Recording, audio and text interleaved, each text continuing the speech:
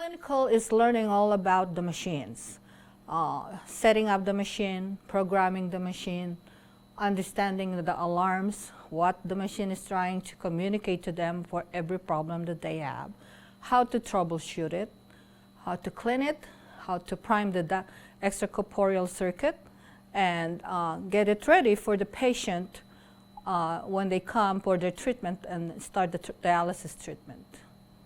So normally, at the very first day, they had no knowledge about this machine. They seen it in the book, but until you actually see the actual machine and how it's done, then that's when it will start sinking. Okay. So this is the hemodialysis machine, and this is the blood lines that we use. So turning the machine on is just by pushing that button, and the machine will start it up just like the way it is right now. Here, this is an IV pole where we do hang a normal saline bag, which we use to prime the extracorporeal circuit. Okay. So once the machine is in a setter mode, right now it's just in a basic mode. You have to select what program. Then they'll be able to set up the machine by putting the blood lines. That is how you start it. So every blood lines come in one packet, and in that packet there is the red line. The red coded line is what we call arterial line. The blue line is what we call the venous line. The arterial line is the one that's going to pull the blood out from the patient's vascular axis, run it to the blood pump segment, into the artificial kidney, down to the bottom, where the blue line, the venous line, is connected. Once the blood runs out at the bottom part into the venous line, that's now what we call the filtered or clean machine, clean blood. Because by the time the blood passes to the artificial kidney start filtering the waste product that's in their blood and the extra water that they don't need, and it's then returned to the patient. So in setting up the machine, they will learn how to set this up without contaminating or letting any part of this line touch the floor. So infection control is very important because dialysis patients has very low immune system, and they can easily get sick and get infected. So the art of setting out this machine is teaching them how to do just that. Normally, it's explained to them the part of the line. So this is the arterial line. This end here that has a cap means every line that has a cap means it's sterile, and they're not to touch it with anything. And this is a big clamp. So this one line here that has a clamp, this is the one that connects to the patient vascular axis. So in setting up, they will try to eliminate this by hooking it up here to the back, where there is a bucket that will hold the saline that's going to drain out when they're priming this line. So that's the other end. The other end that we do not want it to touch the floor is the dialyzer arterial line.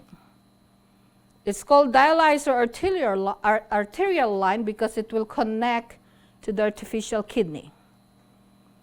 So to secure this, you just clip it here. These are clips, and they have a purpose. They're there so it will hold the lines. So that will leave your hands free from holding too many lines, and then you can concentrate on the rest of the line that you need to put into the machine. This is the blood pump segment. The blood pump segment of the machine has the biggest diameter in size compared to this part, the blood lines. Okay. So this is the heparin line. Again, it has a cap at the end, so that means it's sterile. They learn not to contaminate this with anything. Okay. This is what we call arterial blood chamber, this part here. So as the blood pumps in there, this will fill up to this point. And the next, this is what they call the arterial pressure monitor gauge, and that's the I'm blacking off now. It's okay. Take a pause. Say, hey, too stressed to be blessed. And then just think back, okay, what is that component? I'm trying to look at my thing. Transducer. This is the transducer. The transducers protect the machine from getting contaminated, shield the blood back up to this line. It will stop the blood from crossing over to this and contaminate the inside of the machine. That's what the transducer is for. This arterial pressure monitor line, though, reads the reads the pressure that is coming in from the vascular access of the patient. Okay, so the next thing to put in here is the arterial chamber goes right here, and the machine, as you could see, is color-coded. It has a red, so that means red line goes to where the red color is. And you can even see the picture of the arterial chamber there. So you know that this will go in here. Again, there's lines. And the lines, if you follow it, you cannot put the lines wrong. Okay. So you don't want your line to just be fluffing around, and like I say, this clips here has a purpose. This is to hold the lines in place, so they are nicely draping down. Okay. So the hardest part of the arterial blood line is the blood pump. They have to learn how to put it in the blood pump correctly. If they put it the other way, the wrong way, no matter what they do, they're not going to be able to prime the extracorporeal circuit. If you cannot prime, you cannot dialyze. So they open the blood pump, and the blood pump segment has a lip right here, and that is your cue point. So this part of the lip goes right underneath this blood pump. So they just push it in, just like that. And that lip, when the pump is turning, that lip will prevent the rest of the line from going any further into the blood pump. So to thread this remaining part of the blood pump segment, they just have to push the start button, and the blood pump will thread it in itself.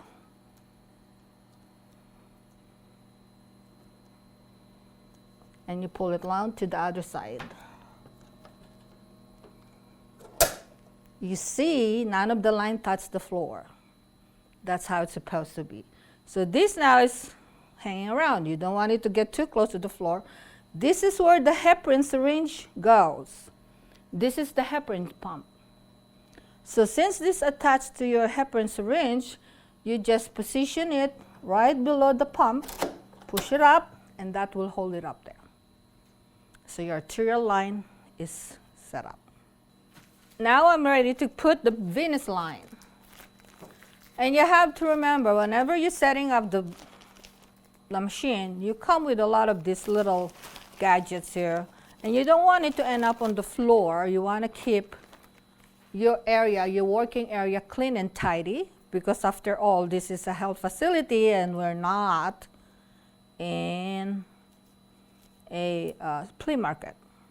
So you want to be able to maintain your area, working area, clean. So you just gather all those things and put it in the bag. Like what I say, this is the venous blood line. You try to find the end. There are two ends.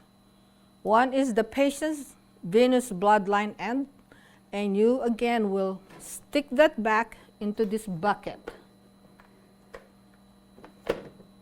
So now both of the lines are being held in this bucket, where the saline will be dumped as you prime the extracorporeal circuit. The other end is this end. This is the dialyzer venous port end, which connect at the bottom of this artificial kidney. So you want to put this safely beside your arterial line here, side by side. So now you're free to position your venous chamber to its place. Now the venous chamber is different than the arterial chamber. The venous chamber has a filter at the bottom. That filters protect any blood clots that has formed into the extracorporeal circuit from going into the patient's blood, into the patient's vein. So it will filter the blood clot there. Okay. It also have a venous pressure monitor line that is connected to a transducers, again, to protect the machine from getting contaminated to the blood back all the way up to the end. Okay. So the whole time the patient is on dialysis, the machine is monitoring the venous pressure monitor through this line, and that monitors the pressure inside the patient venous needle vein. So you put it here. This is the part that monitor any air bubbles. It's the air detector monitor. So you put the arterial chamber, the venous chamber in there, and you close this door.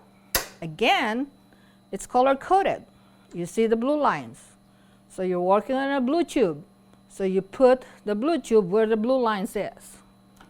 And you will thread your lines, follow the line, put them in those clips, so that your line is nice and organized and untangled.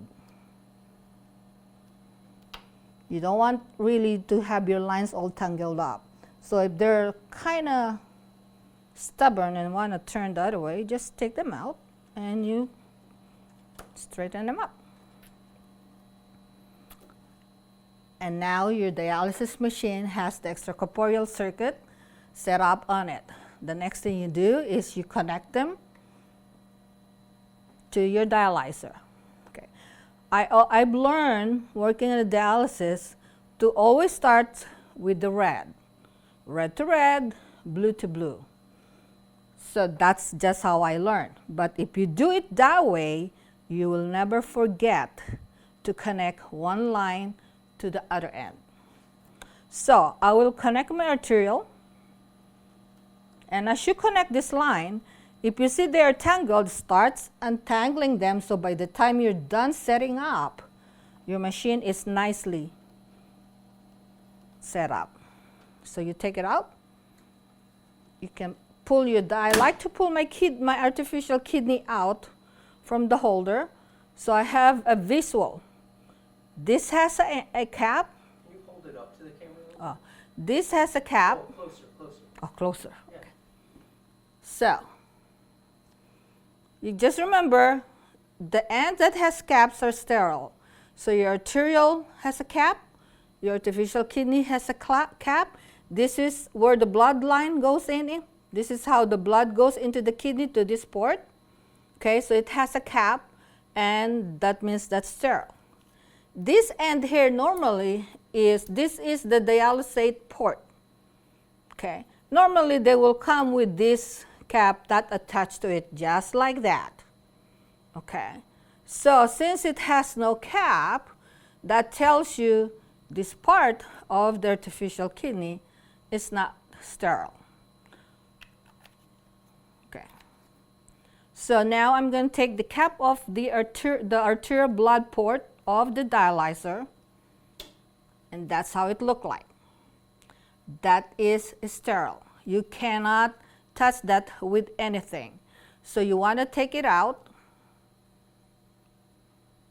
I done this the wrong way. Okay. Again, that has a cap. This is the blood port.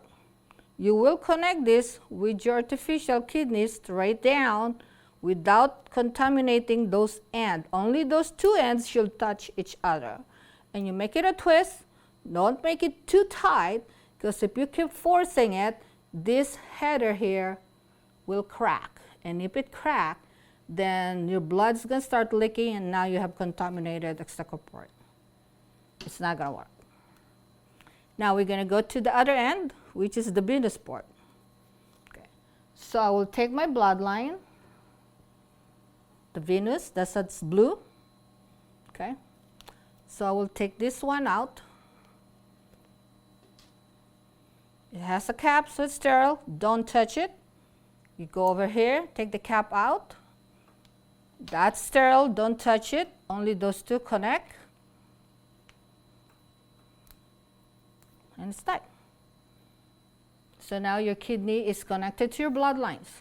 So as the blood pump starts turning, it's going to pull the blood out from the patient to this, go in here.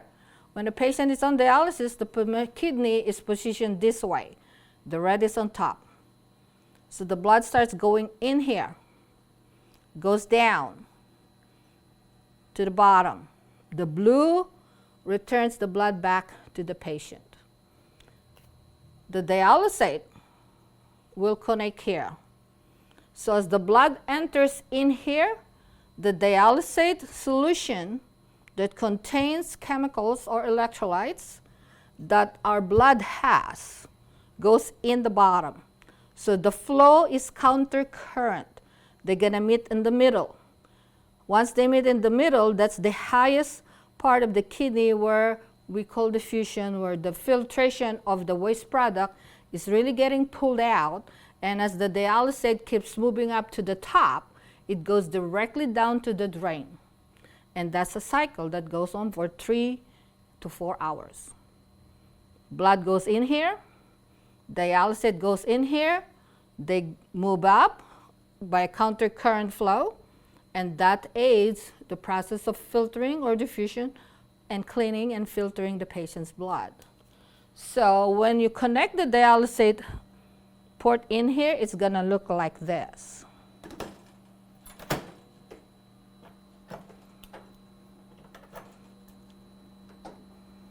These are the dialysate hose. Again, they're color-coded. One red, one blue.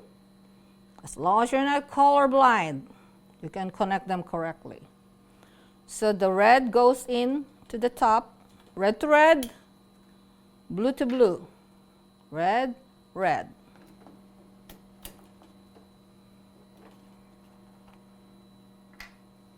Blue, blue. Okay. So that's how your extracorporeal circuit should look like before your patient even get here. Your bloodlines are connected, your dialysate port are connected, and the blood pump, the machine is just going to be recirculating, waiting for that patient. After you prime the extracorporeal circuit, the machine will go into a safety test. Safety test checks every part of the alarm system of the machine, making sure that they are all working before a patient is connected to this. Once it's passed, then we just leave the machine in a priming mode, a recirculation mode, where the pump just keeps turning and moving the saline to the blood lines until the patient comes here. We assess, we connect, and we start the treatment. At that time, for 3 to 4 hours time, the patient care technician plays a very important role. They're the one who start the treatment. They'll do the initial assessment, they start the treatment, they program the machine according to doctor's order and only according to doctor's order, okay, and document. Document every move that they make. Document every observation that they see into the machine, and that's done every 30 minutes. The machine is going to cue them every 30 minutes that the machine has taken the blood pressure, the heart rate. And it is the PCT's job then to come and check what are the blood pressure readings, what's the heart rate, how does the patient look like. Are those vascular axes, the needle and the line, connected? Because sometimes they do disconnect if they are not attached appropriately, or if they're not taped securely, the needle will get pulled out. And those are the things that they monitor every 30 minutes to prevent any incident from happening, like needles getting pulled out and nobody notices it. The machine keeps pumping. The machine doesn't know that the needle is out. So are you pumping the blood out? Not back to the patient. It's getting pumped to the floor. That's how important the patient care technician duties are. The minute they attach those two lines, the patient vascular access line to this arterial and venous line, and start that blood pump, the minute they do that, they're holding those patients' life into their hands. So they have to be focused on every patient that they're monitoring. They cannot let anything interrupt that concentration. And they have to respond to these machines. The machines are very smart. The machine is going to tell them what's the problem. However, it's up to the dialysis technician to correct that problem and find where's the problem and fix it. They cannot just push reset. They have to find what's the cause of that alarm. Years ago, when I first started as a dialysis nurse, we don't have those alarms. The machine do not take the vital signs every 30 minutes. We did it every 30 minutes. And when the machine alarm, we have to find what is the alarm all about, because the machine doesn't tell us what's the alarm. Nowadays, the hemodialysis machines are very smart. As long as the patient care technician connects, and I always tell my staff or student, when those machines starts alarming, they are talking to you, so talk to them. Find out what's the problem. You have to respond within 10 seconds, because they have to remember those patients are connected to this dialysis machine. If they do not respond that quick, it's the patient that's going to suffer.